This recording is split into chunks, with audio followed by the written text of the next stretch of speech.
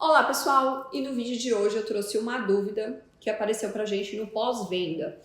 Um cliente há uns 3 meses atrás comprou um controlador de carga PWM HP 2460, 60 amperes, 12/24 volts, somente o controlador de carga. E passado algum tempo da venda, ele mandou pra gente uma mensagem falando o seguinte: meu controlador de carga não libera carga para carregamento das baterias. O que pode ser?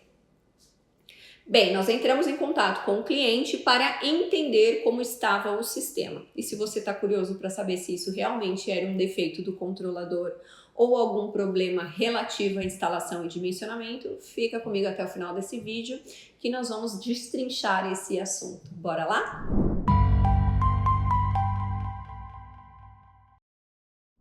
Neste caso, quando acontece esse atendimento do pós-venda, como o cliente só comprou conosco o controlador de carga, nós não temos acesso aos demais equipamentos que ele está utilizando, ou seja, a aplicação que ele está fazendo, como foi feito o dimensionamento e coisas e tal.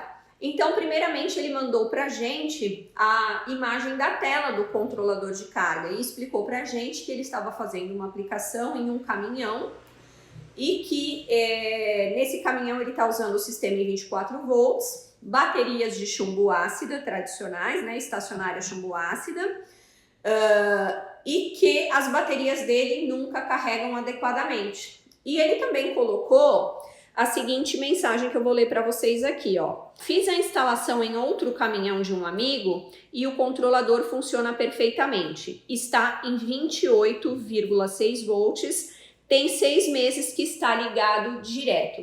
Então vamos observar aqui. Então ele mandou a imagem do controlador de carga dele aqui, marcando 24,3 e mandou também, a imagem aqui do controlador de carga do amigo marcando 28,6, tá? E aí os questionamentos que nós fizemos. A sua instalação está exatamente igual à do seu amigo? A priori, a resposta dele foi: sim, meu amigo tem 2 painéis de 150 watts, 2 baterias de 240 amperes, esse controlador de 60 amperes, que é igual ao meu, e o meu tem também 2 painéis de 150 watts, 4 baterias de 220, tá? E aí eu perguntei se o consumo dele era igual ao do amigo dele. E aí ele explicou que no caminhão do amigo dele, o amigo dele toca uma geladeira. E no caminhão dele, do cliente que está relatando o problema, ele toca geladeira, lâmpadas e ar-condicionado. Acho que aí já ficou claro o porquê da diferença de tensão da bateria de um e do outro, tá? Então, para mim já ficou evidente que o problema estava na questão do dimensionamento. Nesse momento, o cliente alegou que teria que estar funcionando e carregando 100%, uma vez que o amigo tem 2 baterias e ele tem 4. Então, que essas 2 baterias a mais compensariam o consumo do ar-condicionado e das lâmpadas. Mas, gente, vamos perceber, sempre a gente fala da questão do equilíbrio, né? Então, na verdade, o que acontece? Realmente ele tem 4 baterias de 220, então ele tem uma autonomia muito boa. E aí ele tem o consumo. Só que a quantidade de energia gerada pelas placas fotovoltaicas não está sendo suficiente para alimentar todo o consumo dele e ainda deixar a bateria 100% carregada. Então, quando eu observo isso, a gente entra em contato aqui com essa imagem e percebe o quê? Que nesse momento aqui que ele está mostrando o controlador de carga dele, ele está no primeiro estágio de carregamento, que é o estágio bulk. O que o estágio bulk nos fala? É o estágio onde o controlador de carga fornece a maior corrente de carga possível. Por quê? Porque ela precisa carregar a bateria. A bateria com 24,3, ela não está 100% carregada, né? E quando eu olho aqui para o controlador de carga do amigo dele, eu vejo que essa bateria está inclusive em equalização, com 28,6 volts de carga. Então essa bateria aqui, ela está totalmente carregada. Mesmo o amigo tendo 2 baterias e ele tendo 4, porque para mim o que está acontecendo? Eu preciso, dentro do dimensionamento fotovoltaico, ter um equilíbrio entre geração, consumo e perdas, né?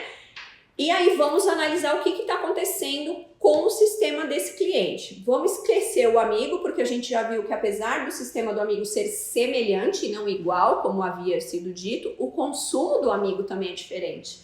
O amigo só tem uma geladeira. E no caso dele, ele tem uma geladeira, algumas lâmpadas e o ar-condicionado. E quando nós questionamos isso para o cliente, ele não soube informar o consumo do ar-condicionado e nem quantas lâmpadas e qual a potência. O único consumo que ele soube informar foi o da geladeira, que ele falou que ele tem uma geladeira lá que consome 24 kWh mês. Vamos fazer um cálculo bem didático, sem considerar perdas e outras premissas que precisaríamos considerar, só para a gente entender por que as baterias dele não chegam a carregar 100%, tá? Então, quando eu tenho uma geladeira de 24 kWh mês, se eu dividir isso aqui por 30 dias, eu vou ter o consumo da geladeira por dia. Então, 24 dividido por 30 dias, eu vou ter aqui um consumo de 800 watt-hora-dia. E se eu dividir isso aqui por 24 volts, eu vou ter aqui em torno de 33,33 ampere-hora-dia sendo retirado da bateria. Se eu incluir aqui a perda do inversor, algumas perdas, né? A perda do sistema com o inversor, eu vou acrescer aqui 25%, eu vou ter aqui um consumo corrigido de mais ou menos 41,66 ampere-hora-dia. Nossa, minha letra aqui ficou horrível. E aí ele fala para mim que ele tem duas placas de 150, né? Essas placas para funcionar em 24 volts, ele ligou em série. Lembrando que a ligação em série, nós somamos a tensão e mantemos a corrente. Se olharmos no datasheet da placa de 150 watts, na melhor situação, que são os 1000 watts por metro quadrado, equivalente mais ou menos ao horário do meio-dia, e considerando a média nacional de radiação de 5 horas equivalentes, nós vamos perceber que essa placa gera 8,47 amperes por hora, né? Essas duas placas ligadas em série. Então, se a gente fizer uma continha aqui, quanto que esse arranjo de 300 watts está mandando para a bateria? 8,47 vezes 5 horas de sol equivalente, eu tenho 42,35 ampere-hora-dia sendo mandados para o meu banco de baterias. Ou seja, a quantidade de placas que esse cliente tem só daria para sustentar realmente a geladeira. Isso explica por que o carregamento, né, o sistema que está no caminhão do amigo dele funciona de forma adequada e mantém as baterias carregadas, e o porquê o sistema dele nunca chega a carregar 100% a bateria. Ah, mas o sistema não falha? Não chegou a falhar ainda. Por quê? Porque ele tem 4 baterias, então ele tem bastante autonomia.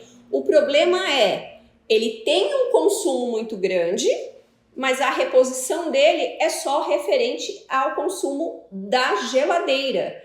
Então, essa conta não vai fechar e provavelmente daqui a um tempo o sistema vai dar problema sim. Porque se ele tira da bateria o que a geladeira está consumindo, a diferença de consumo não está sendo reposta. Então, por enquanto, ele ainda tem carga, mas daqui a um tempo esse sistema vai dar problema.